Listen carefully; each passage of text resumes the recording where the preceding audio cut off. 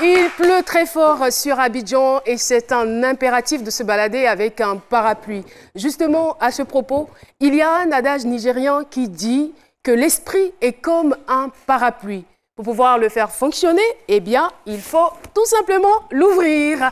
Raison par laquelle, ici, dans cette émission, nous touchons à presque tous les sujets et ça devient pour nous une véritable source d'inspiration. Merci de bien vous installer parce que c'est midi, c'est maintenant.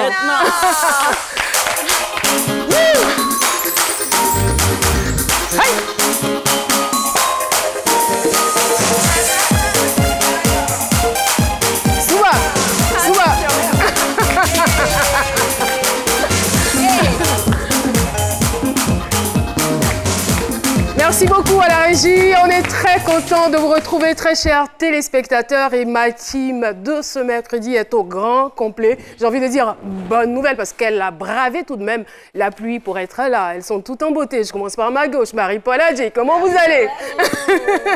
Ça va, tout va bien? Je vais très très bien. Je suis très contente de vous retrouver. Vous êtes rayonnante. Oh là là, mesdames. merci. Vous aussi. Docteur Philo, vous aussi. Hein. Cassandra. Je suis désolée, je n'allais pas l'oublier.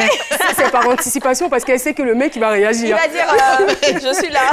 Alors Cassandra, de votre côté? Je vais très bien. Tout va bien. Magnifique comme d'habitude et bonjour chez vous. Et on veut faire un clin d'œil, vraiment un grand clin d'œil à toutes ces personnes qui sont victimes d'inondations en ce moment.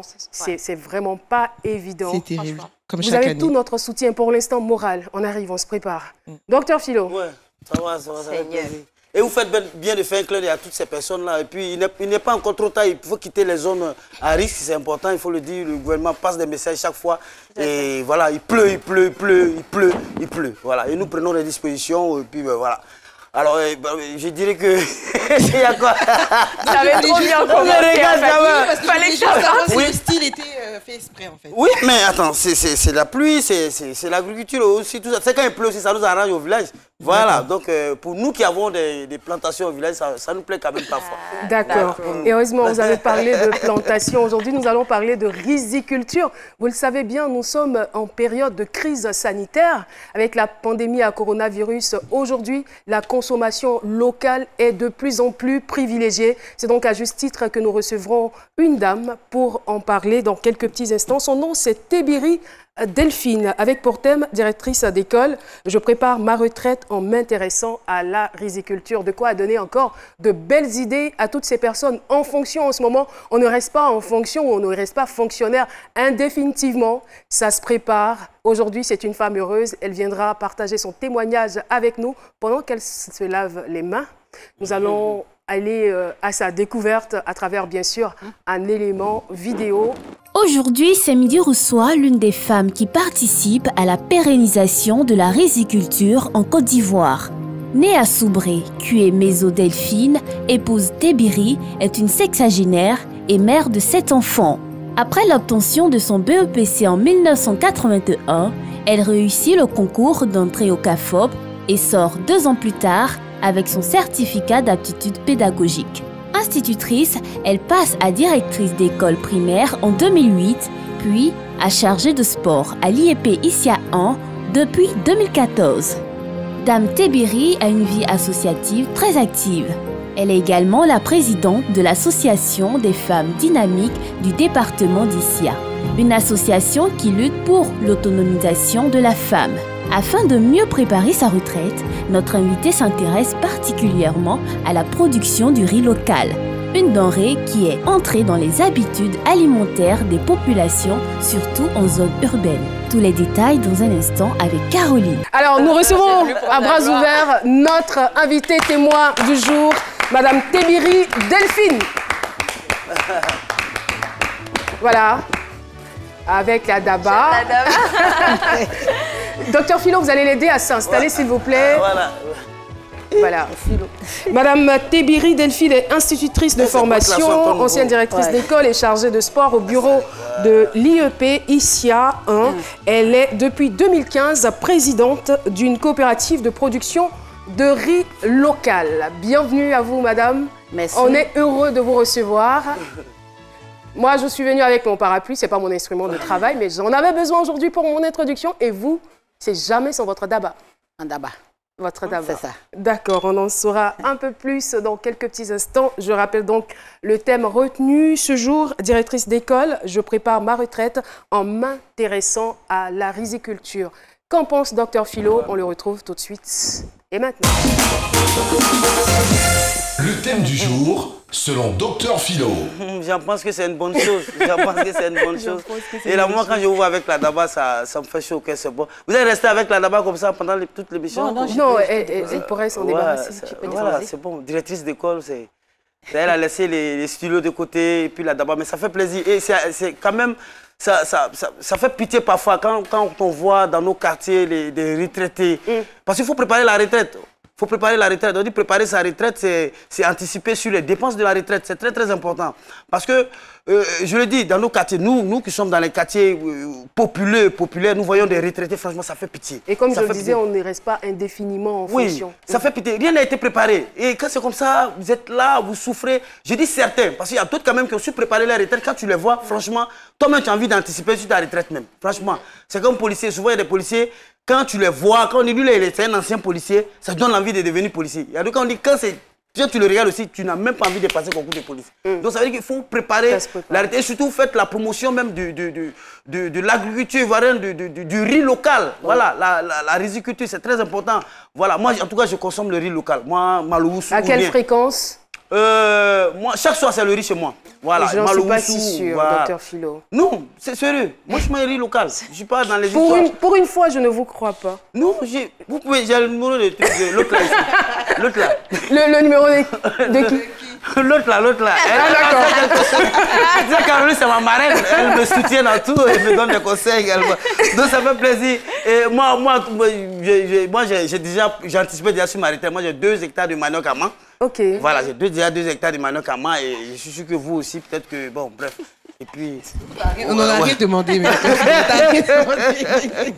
Moi, en tout cas, félicitations pour ce que vous faites et puis vous encouragez. Parce qu'en même temps, quand vos petits enfants, quand ils viennent, quand ils voient mémé dans l'agriculture, tu vois, ils suivent quoi. En même temps, vous anticipez sur la lutte contre l'exode rural. C'est-à-dire quand les petits enfants viennent, au fait, c'est trop stratégique. Quand ils viennent mémé dans ça, eux-mêmes là, ils pensent à cela. C'est très important. Et puis, félicitations. Merci et beaucoup. Continuez si c'est bon. Vous donnez, c'est une leçon de vie. Et c'est récurrent d'ailleurs. Moi, je suis très heureux quand je vois ces fonctionnaires-là, les week-ends, prendre leur véhicule, aller au village, dire que j'ai la plantation et autres. Mais parfois, il y a des qui vont à la plantation, il y a un bar plantation à Yopougon. Il y en a qui vont là-bas et ceux-là, je ne parle pas d'eux, mais ceux qui vont dans les vraies plantations. On sait qu'il y a longtemps que vous êtes sur cette terre et vous avez beaucoup d'expérience. Merci infiniment. Eh bien, nous allons retrouver à présent Pater Nassemia avec la question suivante. Consommez-vous le riz local? Chris Pater Nassemia, c'est votre opinion. Le riz local, c'est le riz de chez nous qui est fabriqué par, on peut dire, les artisans d'ici, de Côte d'Ivoire. Je ne consomme pas trop le riz local. Bon, parce que c'est pas facile de trouver d'abord même. Voilà. Ce qui est plus accessible, ce sont les riz importés. C'est le riz de la région, d'une certaine région car c'est ce qu'on appelle le riz local. Moi, je viens de l'Ouest, donc le riz fait à partir de mon village, je consomme ça souvent à la maison. Au village, oui, mais à Abidjan, ici, non. Pourquoi? Puisque bon, c'est rare qu'on trouve. Bon, le riz local est insuffisant. Voilà la raison pour laquelle on est obligé de consommer le riz importé. Et voilà, on est donc de retour avec notre invité du jour, Tébiri Delphine. Encore une fois, bienvenue sur le plateau de ce midi. Il faut dire que vous êtes enseignante et vous êtes à la porte de la retraite. Quand je dis à la porte, c'est vraiment à la porte parce que le mois prochain déjà, vous partez. Vous pouvez nous dire, s'il vous plaît, ce qui vous a poussé à la terre? C'est vrai que vous préparez votre retraite, tout ça c'est bien beau, mais pourquoi le choix de la terre? Le choix de la terre parce que moi je suis fille des paysans. D'accord. Je suis née sur la terre, j'ai profité de tout ce qui vient de la terre. Donc, je me suis dit qu'il faut valoriser tout ce qui vient de la terre. Valoriser tout ce qui vient de la terre. Oui. Et quand vous décidez de le faire, vous commencez par les légumes. Oui. Par le vivrier. J'ai commencé par faire des aubergines, du piment. J'ai dit aux femmes, on n'a qu'à faire un peu de choses, des légumes. On a même une motopompe, donc on a essayé de faire la compte 16 ans. On a essayé, mais j'ai vu que avec le piment, c'est vrai, le piment, les aubergines, le gombo, mais on ne peut pas manger ça le soir pour dormir. On ne peut pas manger le soir pour dormir. C'est comme ça que j'ai pris le choix, j'ai choisi le riz. Parce que le riz, même si tu n'as rien, tu peux manger. Tu mets ça au feu. Tu peux, même si tu n'as rien, tu peux mettre dans l'eau. Tu manges, tu dors. Un peu d'huile. Tu dors. Alors, une fois que vous commenciez à vous intéresser à la riziculture, quelles sont les premières difficultés auxquelles vous êtes confrontés? Bien, il y a d'abord les difficultés, c'est le climat. Le climat, parce que avec le changement climatique, il y a des moments où, au moment où le riz sort, quand il y a le soleil, le riz va être grillé. Donc les grains ne pourront plus bien se former, ça va sécher. Ça, c'est d'abord les difficultés climatiques. Ensuite, il y a le fait de... parce que l'agriculture, la riziculture n'est pas mécanisée. On n'a pas de matériel pour pouvoir taper. Par exemple, la batteuse. Et quand vous avez coupé votre riz, pour le faire taper, il faut aller demander des gens pour venir vous aider. Et si ces personnes ne sont pas encore prêtes, votre riz va rester là. Et il va chauffer. Il y a des grains qui peuvent se griller pendant que ça chauffe. Ça peut même pousser. S'il pleut beaucoup, ça peut même pousser. Ça, c'est la difficulté. La troisième difficulté, c'est les oiseaux. Les oiseaux, il faut trouver des gens pour aller chasser les oiseaux, pour surveiller le riz. Les oiseaux. On n'a pas encore trouvé le remède à cette difficulté-là. Mais il faut les oiseaux. Donc, il faut trouver des gens pour aller chasser les oiseaux quand le riz sort. On y reviendra certainement, mais au départ, c'était une consommation personnelle. Oui. Et à quel moment vous dites, tiens, il faut bien que je puisse commercialiser ce que je fais? Merci. Puisque je suis président de coopérative, vous étiez d'abord président de coopérative avant de démarrer la commercialisation ou la coopérative est venue après? La coopérative, moi, je produis toujours le riz, j'ai toujours produit le riz. D'abord en consommation personnelle, comme je le disais. Voilà, ma consommation personnelle. Parce que moi, je n'aime pas le riz de sac. Moi, je ne mange pas le riz de sac. Même Oncle Sam, je ne mange pas. Bon, on ne fera pas de publicité. Voilà. Donc, le riz de sac, je ne mange pas. Donc, moi, j'ai toujours consommé le riz local. Je me suis dit que moi, je produis. C'est produit pour moi, puis on mange. Maintenant, j'ai dit que non, il faut que... parce que ça, quand tu as à manger, ça te fait de l'économie. Tu vends ton cacao, tu peux prendre cet argent pour faire autre chose avec cet argent-là. Au lieu d'aller acheter du riz pour manger. Donc, toi-même, il faut avoir du riz. Donc, il faut amener les gens à produire. Moi, je produis, je mange. Donc, il faut que les femmes qui sont avec moi, il faut leur dire, la faim, là, c'est pas bon. Si tu as à manger, là, d'abord, c'est un gain. Quand tu as à manger à la maison, quand les enfants peuvent manger le soir, c'est un gain. Tu n'as pas besoin d'aller chercher l'argent pour aller acheter du riz à la boutique. Donc, il faut sensibiliser. C'est comme ça qu'on a fait la coopérative. Sinon, avant la coopérative même, moi, je produisais le riz. Vous produisiez le riz et une fois que vous avez vu que c'était quelque chose de bon, vous avez décidé de l'étendre, de le partager avec d'autres femmes. Et aujourd'hui, au sein de votre coopérative, vous êtes au nombre de combien? Nous sommes au nombre de 205 femmes. Au nombre de 205 femmes. Est-ce que ces 205 femmes, puisque vous luttez également pour l'autonomisation de la femme, ces 205 femmes sont devenues autonomes par la production du riz? Merci. D'abord, quand on est ensemble, c'est pour l'autonomisation de la femme. Parce que quand tu es leader, tu luttes pour ceux qui sont derrière. C'est clair. Moi, c'est vrai, je suis fonctionnaire, j'ai un salaire. Mais j'ai un salaire, mais il y en a qui n'ont pas de salaire. Un salaire que vous n'avez même pas besoin de toucher tout le temps. Il y en a qui n'ont pas de salaire. Non, je touche. Il y en a qui n'ont pas de salaire. Il y en a qui n'ont même pas le minimum. C'est cela. Donc, il faut les aider à avoir un peu, à d'abord manger, se soigner, se vêtir. Donc, c'est comme ça qu'on a pensé, on a sensibilisé les femmes. Il faut d'abord avoir à manger à la maison. Maintenant, s'il y en a suffisamment, on peut vendre pour envoyer ton enfant à l'école. Avant que le père ne vende son cacao, toi, la maman, tu peux dire, bon, moi, j'ai un peu d'argent, j'ai vendu mon riz, j'ai un peu d'argent. Si ils ont ouvert les classes, il faut faire partie de l'enfant. Tu peux acheter d'abord le minimum, puis l'enfant s'en va. Et après, le père, s'il a vendu le cacao, il peut accompagner, il peut envoyer de l'argent à l'enfant. Mais si toi, la mère, tu n'as rien, tu ne peux pas aider ton enfant, même s'il a un besoin. C'est comme ça. Alors, la production nationale de riz paddy s'élève aujourd'hui à 2 118 610 tonnes contre 1 355 911 tonnes pour le riz blanchi. Est-ce que vous pouvez nous dire exactement la quantité de riz annuel que vous arrivez à produire aujourd'hui avec votre coopérative? Avec ma coopérative, on peut produire 15 à 20 tonnes, mais ça ne suffit pas. Ça ne suffit même pas pour ici d'abord. Donc, il faut qu'on puisse produire suffisamment pour nourrir non seulement chez nous, nos enfants, nos familles, et puis nourrir la population d'ici, puis maintenant aller au-delà d'ici.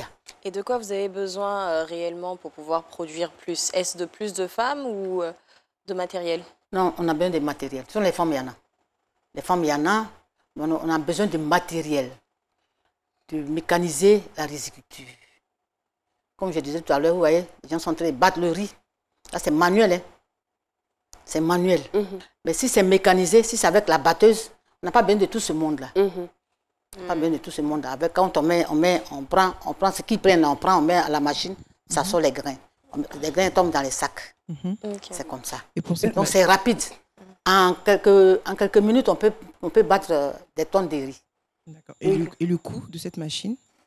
La batteuse. Oui, la batteuse. Ouais. La batteuse. Avec un tracteur. Voilà. Ça. Et donc, le coût de la batteuse. Le coût de la batteuse. Je n'ai pas encore demandé. D'accord. Il faut demander. Vous allez vous faire parrainer par Cassandra. La marraine. La marraine. Alors, justement, on va rester dans ce chapitre-là, puisque le processus, on le sait, hein, le processus, il est long et pas du tout facile.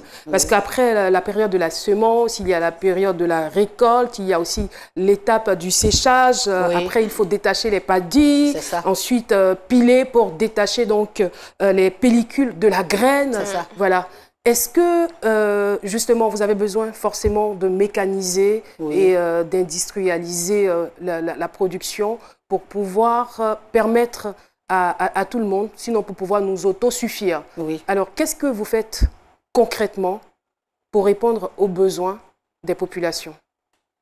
Bon, pour répondre aux besoins des populations, nous continuons de chercher à améliorer les conditions pour produire le riz.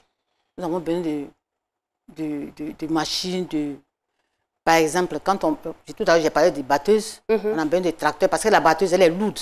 C'est une machine qui est très lourde. Il faut la tirer pour l'amener là où on doit battre le riz. Donc on a besoin de tracteurs pour tirer la batteuse. Parce que la batteuse ne se déplace pas comme ça. Il faut la tirer.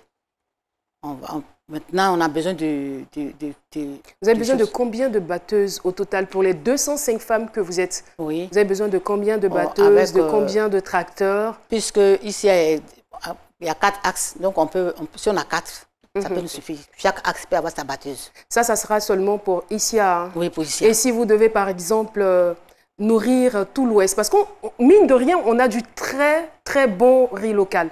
Franchement, ça faut le dire. Et moi, je suis persuadée d'une chose, c'est que si les moyens sont mis à disposition, on pourrait, la Côte d'Ivoire même pourrait s'autosuffire, non seulement en riz, mais aussi desservir toute l'Afrique de l'Ouest. C'est ça. Et heureusement qu'aujourd'hui, on a un ministère qui s'occupe entièrement de la riziculture. Ça vient vraiment à point nommé. Oui. Nous avons été très heureux d'apprendre que le président a nommé un ministre du riz, particulièrement pour le riz. Nous avons été très heureux. Et on lui fait un coucou au passage. On lui dit merci d'avoir nommé ce monsieur comme responsable du riz. Parce que la Côte d'Ivoire en a besoin. La Côte d'Ivoire en a besoin. Nous avons des bas-fonds. Nous avons de l'eau en Côte d'Ivoire. Il faut s'occuper, vraiment, il faut quelqu'un pour s'occuper du riz. Pour que les Ivoiriens puissent manger à leur faim. Bien sûr. Que les Ivoiriens puissent manger à leur faim. Qu'ils puissent manger local. Ils savent que le riz, là, ça vient de ma main. Il n'y a pas autre chose dedans. Tu consommes, tu es à l'aise. Puis c'est ce qui est voilà, c'est bio. Un petit souci. Un petit souci. Je me souviens bien, quand on était plus jeune, on consommait le riz local. Mais on avait des difficultés. C'est-à-dire, pour pouvoir consommer, sinon pour pouvoir préparer ce riz-là, il y a une façon de le traiter. Et ça mettait du temps. Il fallait utiliser une calebasse, tout ça pour extraire le sable qui venait se déposer dans le riz. Auquel cas, on se retrouverait en train de mâcher le riz avec des grains de sable. Est-ce que vous avez réussi à pallier cela? Ne répondez pas maintenant. Vous n'avez pas besoin de grande réflexion parce que c'est oui ou non. Mais on va aller d'abord pour la pub et puis juste après, on revient pour la suite de cet échange. Merci. Grande nouvelle. Planète, American Cola et Bubble Up deviennent encore plus grands. le Menco Extra, maintenant en format 1 litre. Nouveau, Planète, American Cola, Bubble Up, en bouteille 1 litre. À découvrir dès maintenant pour seulement 500 francs. Pour encore plus de plaisir. Un produit MBCI. Et voilà, nous sommes donc de retour sur le plateau de C'est Midi. Il est bon de savoir que ce sont à peu près 300 milliards de francs que la Côte d'Ivoire débourse chaque année pour combler son déficit en riz. Mais heureusement qu'elle est là, notre invitée, pour nous parler bien sûr de sa production de riz. Voilà, nous parlons donc de riziculture et elle s'y intéresse de très près. La question que je vous avais posée juste avant la pub, vous vous en souvenez ou pas? Non, alors, faut la reformuler. Moi, j'ai oublié. Je voulais savoir s'il y avait du sable. Le sable, justement. Oui. Merci, Marie-Paul. Oui. Justement, le sable. Dans le riz. Est-ce que vous avez trouvé des solutions palliatives à cela ou Si, on doit toujours avoir la crainte de croiser? Avoir la crainte, puisqu'il y a des unités de transformation aujourd'hui, des machines, des machines qui décortiquent là. Il y a des machines qui trient les cailloux. Les cailloux vont d'un côté et les grains de riz vont de l'autre côté. Donc aujourd'hui, ce problème est résolu. Ce problème est résolu. Si le problème est résolu, j'ai envie de dire bingo, c'est une très très bonne nouvelle. Le problème est résolu. Voilà. Parce que c'était vraiment le problème majeur. Même il y a des machines, même avec le riz, là, on peut faire un riz cassé. Ouais. Il peut faire brisure. La machine peut faire brisure. Et puis généralement, ce problème de sable là, dans le riz, là, généralement, c'est quand c'est pilé à la main. Voilà, c'est là il y a le sable. Sinon, avec les machines déjà, tout a évolué. Avec les machines, ça. Alors, moi, j'aimerais savoir, concernant le problème de la mécanisation, vous avez parlé des machines et tout ça là. C'est vrai qu'il y a un ministère de riz, mais en attendant la réaction du ministère, ça peut prendre du temps, comme ça peut être aussi instantané, on ne sait jamais. Alors, qu'est-ce que vous faites pour mécaniser, pour avoir un peu des machines? Je suppose que quand même, vous avez des ressources quand même. Qu'est-ce que vous en faites? Alors, je dirais plutôt pour vous aider dans la question, vous n'avez pas suffisamment de moyens financiers. Oui. Nous fonctionnons sur fonds propres actuellement. On n'a pas encore eu de financement. On n'a pas encore eu de partenaires pour nous aider. Nous fonctionnons sur fonds propres. Et nous savons que l'industrialisation coûte cher. Ah oui, ça coûte cher. Ça coûte cher. Tout à l'heure, on m'a posé la question le coût. Pour la batteuse. J'ai dit que je ne connais pas le prix. Je suis allée au ministère du riz, pas actuel, dans le temps. Je suis allée là-bas, mais j'ai essayé de demander la batteuse, je n'ai pas encore obtenu. Mais en dehors de cette démarche-là, est-ce que vous avez essayé d'approcher des partenaires? C'est ce que je suis en train de rechercher, les partenaires. Vous avez mis du temps quand même. Non, j'ai écrit à plusieurs personnes. Ah, d'accord. C'est que je n'ai pas encore eu de réponse. J'ai écrit à écrit. plusieurs personnes. J'ai écrit puisque ça m'intéresse, le sujet m'intéresse. Donc, je me bats. J'ai fait l'effort, mais c'est parce que je n'ai pas... Peut-être que je n'ai pas encore frappé à la bonne porte. Voilà. Vous allez en trouver, parce que mine de rien, on consomme plus d'1 300 000 tonnes de riz par an. C'est énorme. Et surtout la zone de Issia, zone BT, consomme du riz aussi. Vous avez une tâche. Vous mangez le riz combien de fois par semaine, docteur Philo? Moi, je dis pratiquement chaque soir. Souvent, il y a mis des moyens crudités. Non, quand même, il faut varier aussi.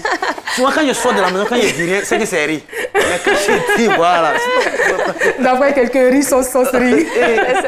Alors, rechercher des partenaires, oui, mais est-ce que c'est pour ça que tout à l'heure, je vous ai demandé, est-ce que vous connaissez le coût?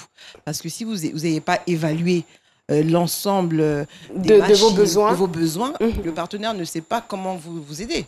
Vous voyez ce que je veux dire? Donc, à ce jour, est-ce que au moins vous avez un coût d'une machine ou de quelque chose? Rien? Bon, les tricycles, j'ai l'idée du tricycle. J'ai une idée du tricycle. J'ai une idée de la camionnette, les grandes camionnettes. J'ai l'idée. Mais de la batteuse, je n'ai pas encore demandé le prix.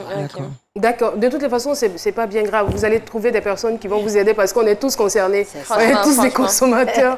On est tous des consommateurs de riz. Alors, justement, puisque vous allez à la retraite, nous, on aimerait savoir dans quel état d'esprit vous êtes. Vous vous dites, ah, je vais abandonner les enfants. Ah, vraiment, mon salaire ne sera plus le même. Qu'est-ce que vous dites? Ou bien vous êtes trop content? Moi-même, je suis pressée pour aller à la retraite. Dans le temps même, j'avais demandé une retraite anticipée. D'accord. Parce que moi, je suis planté de cacao aussi. Je suis planté de via. Oui. Donc, moi, je voulais m'occuper de moi, mes affaires personnelles. Mais je n'ai pas pu obtenir la retraite anticipée. Actuellement, moi, je suis pressée pour aller à la retraite. Et il reste combien de temps? Non, en principe, là, ils ont mis dans les papiers, on dit novembre. Mais moi, je m'en vais à la retraite maintenant. Parce qu'en novembre, là, si je vais commencer le travail, là, fin novembre, je suis à la retraite. Donc, une année scolaire, c'est 9 mois. Donc, tu ne peux pas commencer l'année scolaire. Donc, c'est en juillet. À quoi ressemblait votre vie 5 ans avant cette activité? 5 ans avant cette activité, ma vie? Bon, ma vie, je pense que... Ou avant que vous ne commenciez à vous intéresser de près à la terre. Oui. Quel était votre train-train quotidien? Mais moi, je me suis toujours intéressée à la terre depuis que j'ai commencé à travailler, depuis que j'ai eu mon premier salaire. J'ai dit que je suis planteur de cacao. Vous êtes une femme très intelligente. Hein, et depuis que j'ai eu mon salaire, depuis 2004, j'étais planteur. J'ai un champ de cacao, un champ de VA. Mais j'ai dit ça, c'est ça, on ne consomme pas. Les Ivoiriens ne consomment pas cacao. Les Ivoiriens ne consomment pas les VA. C'est le riz, on mange. Donc, il faut que je m'intéresse au riz. Donc, mon train de vie, c'est tout ça. Il y a longtemps que je dirige les associations de femmes. Il y a longtemps que je suis présidente de femmes. Il y a longtemps que je me bats pour mes camarades, pour mes semblables. Et je pense que je vais avoir un peu plus de temps pour m'occuper. Et je souhaiterais aussi qu'on parle de la distribution. C'est vrai que vous aspirez aujourd'hui à produire en masse, mais après cela, il va se poser le problème de la distribution. Est-ce que déjà vous avez une stratégie en place, en tête? Bien. Pour la distribution, déjà, localement, c'est facile. Parce qu'on est dedans. Localement, c'est facile. C'est maintenant que quand nous allons sortir d'ici à du département, c'est là que nous allons trouver... Nous allons chercher à des marchés. Nous commençons à chercher des marchés en dehors. Parce qu'on veut produire beaucoup. Sinon, ce qu'on produit maintenant, là, on le vend localement. Puisque, comme il a dit tout à l'heure, les gens de l'Ouest sont consommateurs de riz.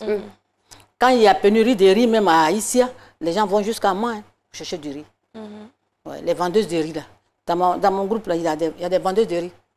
Elles vont jusqu'à moi pour chercher du riz. Jusqu'à Vavois pour prendre du riz. Donc, toute la zone consomme du riz. Donc, pour le moment, on s'en met à là-bas. Et s'il y a des difficultés, s'il y a des difficultés pour écouler notre stock, on pourra chercher des gens pour dire, nous, on va prendre à moi aussi, on va leur livrer quand ils n'en auront pas. Donc, écoulé un peu partout en Côte d'Ivoire. Et aujourd'hui, on a la chance d'avoir les réseaux sociaux. Donc, c'est très facile. Vous pourriez facilement faire la promotion. Et déjà, le fait de savoir qu'aujourd'hui, on a un riz local de qualité qu'on peut consommer en toute quiétude, à l'instar des riz importés. Alors, je dis bingo, quoi. C'est vraiment bon à savoir. Merci. Et on vous dit beaucoup de courage. On vous souhaite beaucoup de courage. Merci beaucoup. C'est impressionnant, ce parcours-là. Marie-Paul Adjé, vous voulez ajouter quelque chose? Oui, moi j'ai deux petites questions rapides. Question de curiosité. Je voulais savoir, un riz importé et un riz local, la différence tarifaire. Disons que, est-ce que c'est beaucoup plus cher d'acheter un riz importé? Bon, ça dépend de la qualité du riz. D'accord. Importé, ça dépend de la qualité. Selon vous, environ combien de différence? Il y a plus de 100 francs de différence. Hein. D'accord. Oui. Ok. Il y a plus de 100 Et puis le riz local, lui, il monte beaucoup aussi. Il monte. Un seul gobelet. Et puis aussi, si vous avez des jeunes personnes ou des femmes tout simplement qui désirent entrer dans votre communauté, faire ce que vous faites, apprendre, est-ce que c'est possible? C'est possible. D'accord. C'est ouvert. Et comment vous contacter? Comment rentrer en contact avec vous? Non, il y a une page Facebook. Vous pouvez avoir nos numéros. On peut donner les numéros? Non, hors antenne. On le fera hors antenne. Sinon, votre téléphone, il va exploser. Alors, vous n'allez pas donner votre numéro, mais vous allez plutôt donner des conseils. Des conseils. À toutes ces personnes-là qui sont en ce moment en activité, qui ne pensent pas à la retraite, ou encore des personnes qui ont la possibilité de pouvoir se nourrir ou de pouvoir entreprendre à partir de la terre. Oui. C'est quoi les conseils? Moi, je donne des conseils. Je dis que Dieu nous a offert la terre. Et en Côte d'Ivoire, il pleut. Mais c'est vrai, actuellement, il y a le changement climatique, c'est vrai. Mais quand même, on a les pluies. quand il pleut, on peut toujours produire. Donc vous êtes très heureux quand il pleut, hein? Oui, quand il pleut, nous, on est heureux. On est heureux parce qu'on sait que ce qu'on a mis dans la terre, ça peut pousser. Voilà. Et ça peut produire. Donc moi, je dis que tout le monde peut réussir à partir de la terre. Ça dépend de ton choix. À partir de la terre, tu peux réussir. Le riz... Comme on le dit, la terre ne trahit pas. Voilà, la terre ne trahit pas. Le riz, à partir du riz, là, on peut se faire de l'argent. On peut s'enrichir. On n'a pas besoin d'avoir du cacao seulement, d'avoir de l'EVA, d'avoir de l'anacade pour pouvoir avoir de l'argent. Avec le riz, en 3 à 4 mois, tout au plus 5 mois, tu as de l'argent. Tout au plus 5 mois. C'est-à-dire, depuis la semence jusqu'à ce qu'on tape, ça vient à la maison à 5 mois. 5 mois. 5 mois, tu as l'argent. S'il vous plaît, ne partez pas après l'émission. D'accord. Vous m'attendez. On est beaucoup. On doit parler après. 5 mois, tu as l'argent. Seulement, on a besoin de financement. Le riche et MPA, vous connaissez? 5 mois, tu as l'argent. Seulement qu'on a besoin de financement, on a besoin de tout ce qu'il faut pour pouvoir. Sinon, en 5 mois, on a l'argent. Merci, madame. Voilà. Mais vous voyez l'argent là, il y a du boulot aussi. Hein. Quand on Mais dit 5 bien mois, sûr, on est beaucoup si on le fait ensemble. On fait ces midis. Dans la communauté, docteur Philo. Et surtout qu'elle est à la recherche de partenaires. Alors, Et puis moi, je suis musclée. Mais n'eût été les mesures barrières, j'aurais vérifié ça de très près. Ce sont les franges de la robe qui font croire que vous êtes musclé ou vous êtes en réalité musclé. En tout cas, merci infiniment. On a été très édifiés par votre témoignage et puis on vous souhaite beaucoup de courage. Merci. Continuez ainsi et soyez-en sûrs que votre témoignage ne va pas passer inaperçu. Absolument. Il y a des personnes que ça va inspirer et on va se donner rendez-vous dans 1 an. Vous allez voir ce que ce témoignage a produit dans le cœur des gens et dans la vie des gens. Merci beaucoup d'être passé sur ce plateau. À travers ce que nous venons d'entendre, nous pouvons nous rendre compte que l'heure n'est plus à la critique inutile, encore moins à l'indolence, mais l'heure est à l'action. Merci de rester en notre compagnie. On se retrouve juste après la pub. Besoin d'unité en urgence? Mauve Crédit Secours vous dépanne. Tapez étoile 444 dièse et remboursez au prochain rechargement. Ensemble, faisons barrage au Covid-19. Move, no limit.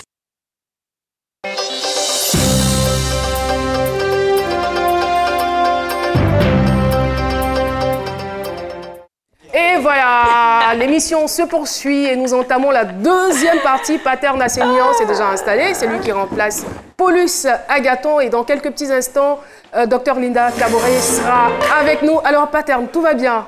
Ça va Caroline? Ça me manquait de le dire. Et voilà, vous nous avez tellement manqué. Salut Caroline. En tout cas, heureuse de vous retrouver. Il n'y a pas de amis.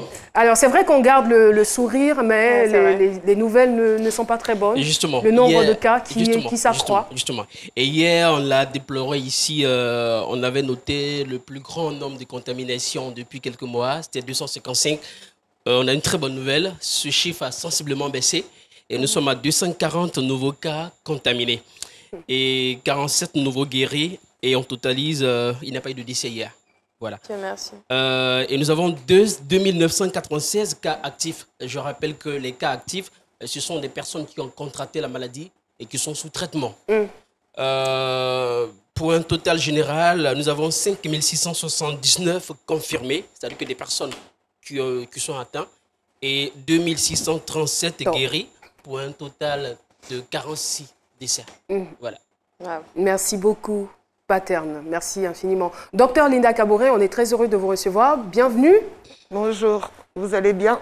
Par la grâce de Dieu, tout va bien. On pète la forme, on a toujours le moral très haut. Et comment ne pas être heureux quand on voit toutes ces belles couleurs que vous arborez? Franchement. Merci. Alors, ça fait du bien au moral. C'est cela. Alors, docteur Kaboré, la semaine dernière, vous avez évoqué avec Paulus ici la question des masques certifiés, Côte d'Ivoire, normalisation. C'est d'ailleurs la préoccupation d'un internaute. Il voudrait savoir quel est le processus de certification de ces masques. Alors, nos industriels et nos couturiers se sont mis à coudre des masques. C'est une très bonne chose mais il a fallu quand même qu'on puisse normaliser et certifier ces masques parce qu'on ne peut pas donner à la population tout et n'importe quoi.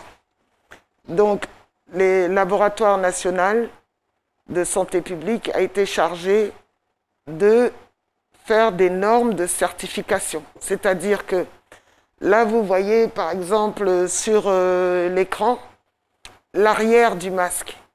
On s'est rendu compte que les masques de couleur, des fois, vous pouvez avoir des allergies de teinture.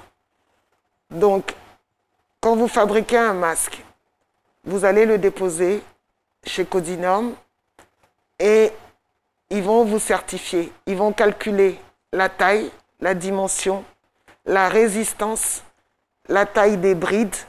Il y en a qu'on attache à l'arrière, la qualité du tissu. Et vous voyez que le tissu est blanc à l'intérieur. Ils privilégient les masques blancs parce qu'il n'y a pas de teinture. Mais en cas de tissu teinté, il faut faire l'intérieur en blanc. Ensuite, ce qu'ils font, c'est la résistance. Si on peut le laver, si ce n'est pas au premier lavage que ça va être détruit, etc. Donc, de plus en plus de personnes qui ont pris l'initiative de faire ces masques s'en vont déposer et font la demande du certificat. Je crois que actuellement, on doit être passé à 20. Alors, il y a le logo aussi, si on peut le présenter. Si vous voyez, et en plus, comment vous le vendez, il faut qu'il soit dans un emballage individuel. Je dis bien individuel, ce n'est pas les 5 masques en même temps. Il y a le logo qui représente un éléphant orange, blanc, vert qui est posé dessus. Donc, si vous voyez sur l'emballage, en plus la notice, très important, comment on utilise ce masque. Et vous avez le petit éléphant qui est dessus, orange, blanc, vert. Ça vous garantit la sécurité de votre masque. Est-ce qu'il y a des précautions à prendre? Parce que très souvent, dans la rue, on rencontre des dames, des personnes qui exposent ces masques-là et qui proposent aux usagers. Est-ce qu'il y a des précautions à prendre avant d'acheter?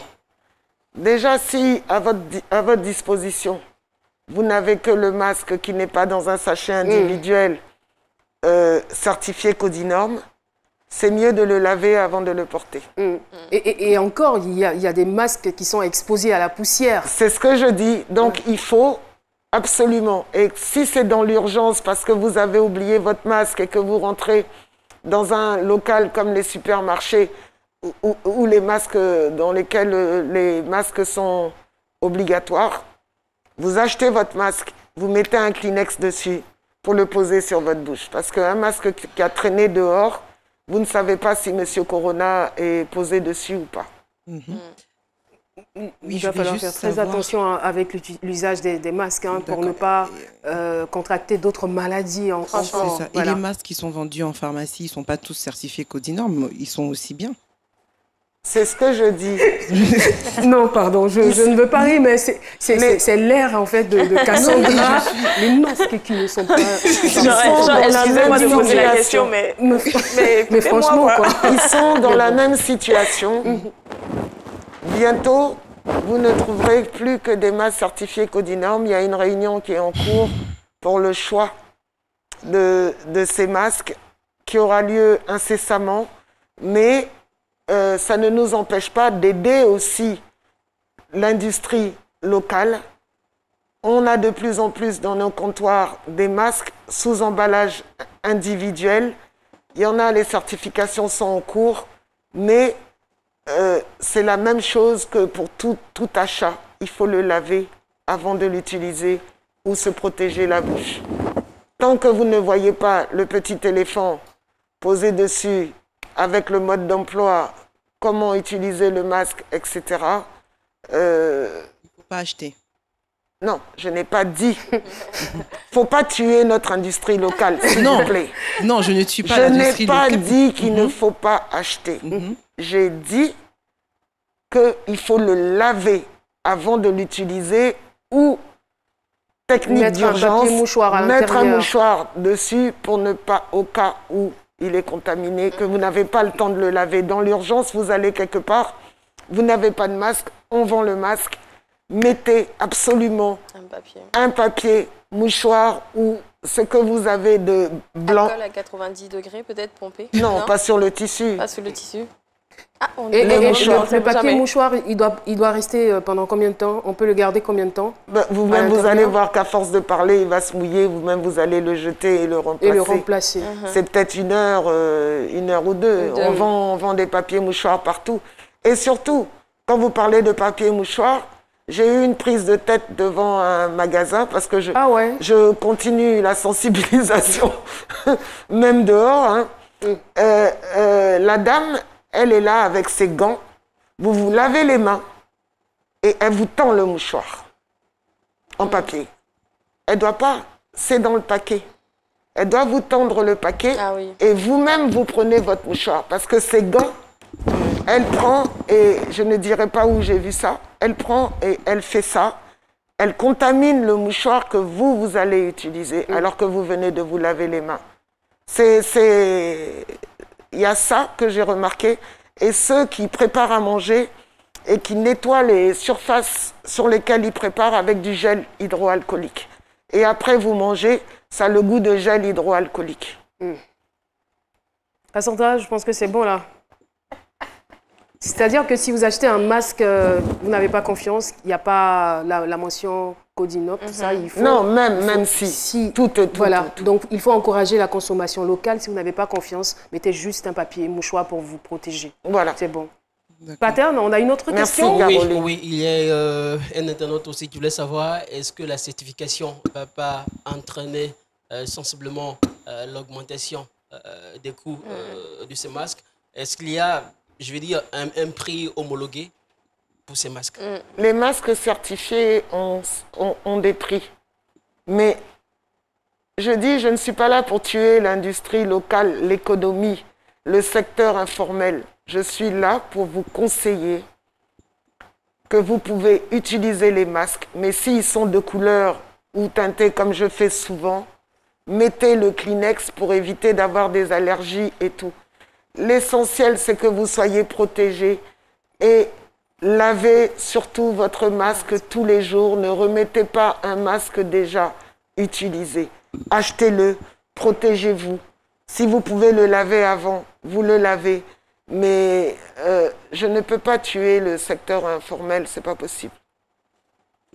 Donc c'est recommandé, mais ce n'est pas obligatoire. Si vous avez les moyens d'acheter un masque à 1000 francs, Codinorme, enfin je dis comme ça, le prix, ça peut être 1000 francs, 1500, un masque. Mais si vous avez les moyens d'acheter un masque à 250, 300, la feuille de Kleenex peut vous aider. C'est vrai qu'on en a peut-être parlé sur ce plateau, la répétition étant pédagogique. J'aimerais revenir sur toutes ces personnes qui ont vraiment du mal à supporter le masque, franchement, qui ont déjà des difficultés respiratoires. Qu'est-ce qu'il y a lieu de faire? Qu'est-ce que ces personnes-là peuvent faire? Vous avez remarqué que je viens avec des masques d'une autre qualité, parce que je suis, je crois, allergique aux masques lavables. Je les mets, j'en ai, mais j'ai du mal. Donc, je suis plus à l'aise avec cette matière que... J'ai essayé toutes sortes de masques. C'est quelle matière? C'est, comment on appelle ça? C'est du coton, mais un peu... Comment on appelle? Pas du tergal, mais... genre du coton glacé, non? Oui, voilà, c'est ça. C'est ce genre. Il est doublé, je mets un Kleenex au milieu, tout ça. C'est mon préféré. Je suis à l'aise, je n'étouffe pas. Vous avez vu que je suis moins... Au début, là, quand je parlais, c'est parce que j'étais moi, j'avais peur pour vous. Oui, mais même des internautes, ils ont dit, la pauvre dame, on n'a qu'à l'autoriser. J'ai vu ça sur Facebook, à enlever son masque, elle va finir par étouffer. C'est parce que je suis asthmatique. Mais je suis obligée de me protéger. C'est cela, c'est clair. Et celui-là, je suis... et il est résistant, il est fait selon les normes. Je connais bien la personne qui les fait. Et elles m'ont fait suffisamment. Alors, si vous êtes asthmatique, vous n'avez plus d'excuses. Hein. Il faut juste trouver la bonne matière pour son masque. Paterne, une autre question des internautes. Oui, docteur Kaboré, il y a aussi un internaute qui voudrait savoir les chiffres que nous donnons ici. Est-ce que ces chiffres concernent uniquement la ville d'Abidjan? Parce qu'on a dit 240, on a déclaré aujourd'hui 240 nouveaux cas confirmés. Est-ce que ces chiffres concernent uniquement la ville d'Abidjan? Ou bien avez-vous connaissance des cas déclarés à l'intérieur de la Côte d'Ivoire? Oui, tout à fait. Tout à fait. Il y a des cas, je crois qu'on en a parlé à la télévision. Il y a même des cartes disponibles à ce sujet. Voilà les villes atteintes. Mais ce ne sont pas encore des... Dès qu'il y a connaissance de cas, il a été dit aux informations que ces cas sont transportés sur la ville d'Abidjan et isolés sur la ville d'Abidjan. Donc voilà la carte qui démontre toutes les régions touchées pour éviter une explosion de cas à l'intérieur. Pour l'instant, il y a des villes à 7 cas, des villes à 10 cas, des villes à 2 cas, 1 cas, mais on est obligé de les porter sur la carte et ces personnes sont ramenées sur la ville d'Abidjan. Comme ça, on est tous concentrés ici. Et vous avez aussi la répartition par commune. Alors, les stars qui sont ex aequo, il y a match entre Cocody, Marcory zone 4. À 1 cas près, ils se suivent, ils aiment bien. C'est Et en 3e position, c'est Yopougon. Yopougon est en train de chercher à rattraper Cocody et Marcory. Donc c'est comme un match. Et après, vous avez, comment ça s'appelle, le plateau. Abobo n'est qu'en 4e ou 5e position. Tout le monde s'attend à ce que Abobo soit... Mais je ne sais pas pourquoi, mais ils sont... Il est quand même difficile à cerner, hein, Monsieur Corona. Il est difficile parce qu'il choisit ses quartiers. Il choisit ses pays aussi. Il choisit aussi ses pays. Et enfin, il aime bien, mais je crois que Yopougon, je ne sais pas si c'est à cause des maquis et des... Donc, Cocody, numéro 1, zone 4, Marcory zone 4, numéro 2, Yopougon, 3, Plateau, 4, Abobo, 5, Koumassi, 6, Trècheville, 7, Port-Boué, 8, Adjamé, 1, Atekoubé, 2. Donc, Atekoubé n'est qu'à 2 cas. Merci beaucoup. Je pense que c'est là qu'on va s'arrêter. Merci infiniment, docteur Linda Kaboré, de venir chaque fois nous éclairer sur cette pandémie. Merci pour toutes ces informations. Paterne Assemian, ça va, vous vous retrouvez dans ce rôle-là, un peu différent quand même du micro-trottoir. Ben, police n'étant mais c'est pas toujours là. des questions qu'on pose quand même. Justement. Ça vous sied. Merci infiniment. Eh bien, l'émission est terminée. J'ai été ravie de vous la présenter avec toute mon équipe.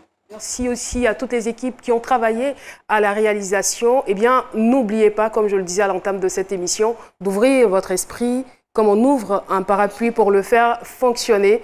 Merci de choisir RTI 1. À demain pour un autre numéro. Bye bye.